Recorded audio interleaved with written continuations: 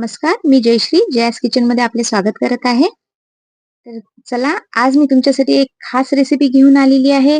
Famous recipe घेऊन आलेली आहे. आंब्याच्या कच्च्या कैरीचे लोणचे. सर्वांची डिमांड होती की कच्च्या कैरीचे लोणचे बनवा. चला, तुमच्यासाठी घेऊन आलेली आहे कच्च्या कैरीचे लोणचे. तर मी जवळपास ह्या 2 किलो कैऱ्या आहेत. 2 किलो कैऱ्या मी मार्केटमधून घेतल्या होत्या आणि ह्या मार्केटमध्येच मी जिथून घेतल्या तिथेच ह्या कैऱ्या फोडून पण घेतलेल्या आहेत.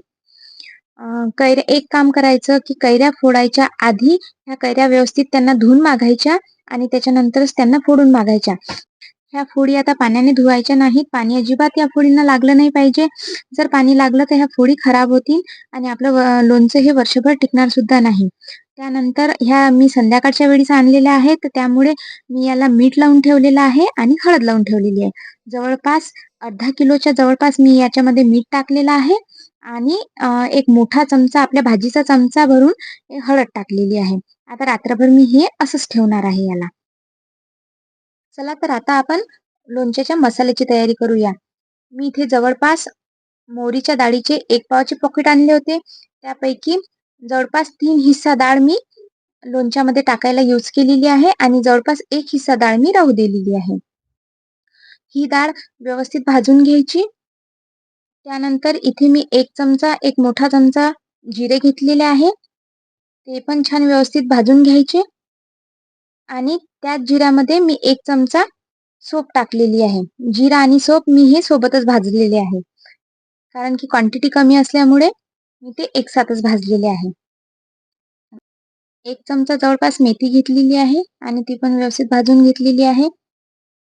हे सर्व मसाले मी आता व्यवस्थित भाजून घेतलेले आहे. हे भाजल्यानंतर सर्व मसाले मिक्सरमधून बारीक करून घ्यायचे. बघा, इथे तुम्ही बघू शकता जे रात्री मी मीठ आणि हळद लावून ठेवलेल्या ज्या फोडी होत्या, आता त्यांना चांगले पाणी सुटलेले आहे मिठामुळे.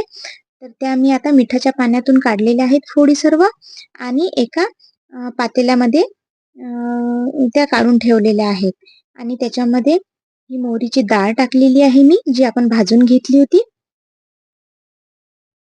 त्यानंतर त्याच्यामध्ये एक मोठा चमचा धने पावडर टाकलेली आहे आणि याच्यामध्ये जिरं, सोप आणि मेथी या 3 याचं हे जे आहे मिक्सरमधून काढलेलं मिश्रण आहे ते पण.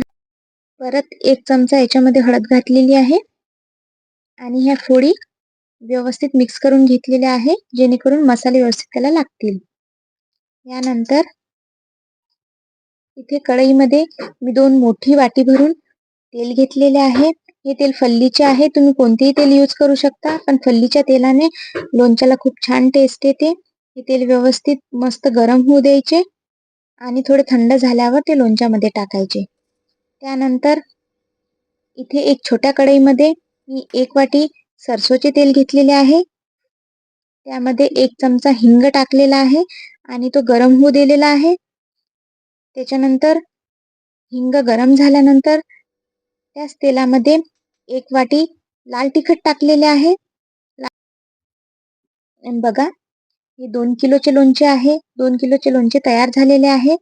तर यापैकी मी जवळपास 1 किलोचे लोणचे हे वेगळे काढत आहे आणि जे 1 किलोचे उरलेले लोणचे आहे, हे 1 किलो जे लोणचे आहे ते आपल्याला रोजच्या खाण्यासाठी वापरायचे आहे. त्याच्यामुळे आपण याच्यामध्ये लाल तिखट आणि हिंगाचा तडका घातलेला आहे आणि जे गरम केलेले तेल होते आपण फल्ली तेल, ते पण याच्यामध्ये ॲड करायचे आहे.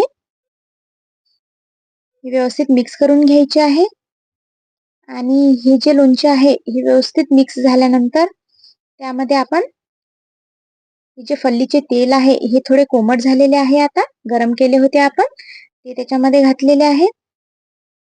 आता लोणच्याच्या फोडी व्यवस्थित मिक्स करून घ्यायच्या. तर शेवटी एक महत्त्वाचा इन्ग्रेडियंट आहे, तो म्हणजे गूळ.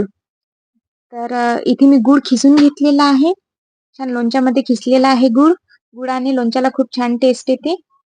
तर थोडासा तरी गूळ नक्की टाकाल.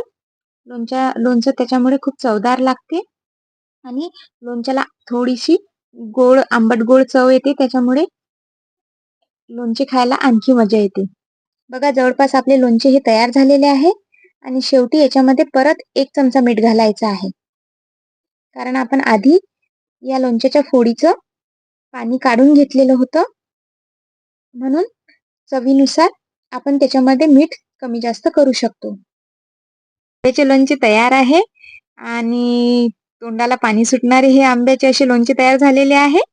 जी पद्धत तुम्ही फॉलो केली तर मला खात्री आहे की दरवर्षी तुम्ही याच पद्धतीने लोणचं बनवणार, कारण पद्धतीने लोणचं केल्यास लोणचे एक वर्षभर टिकते सुद्धा आणि लोणच्याची चव सुद्धा खूपच छान होते. माझ्या प्रत्येक रेसिपी मी तुमच्यापर्यंत सोप्या पद्धतीने मांडण्याचा प्रयत्न करत असते.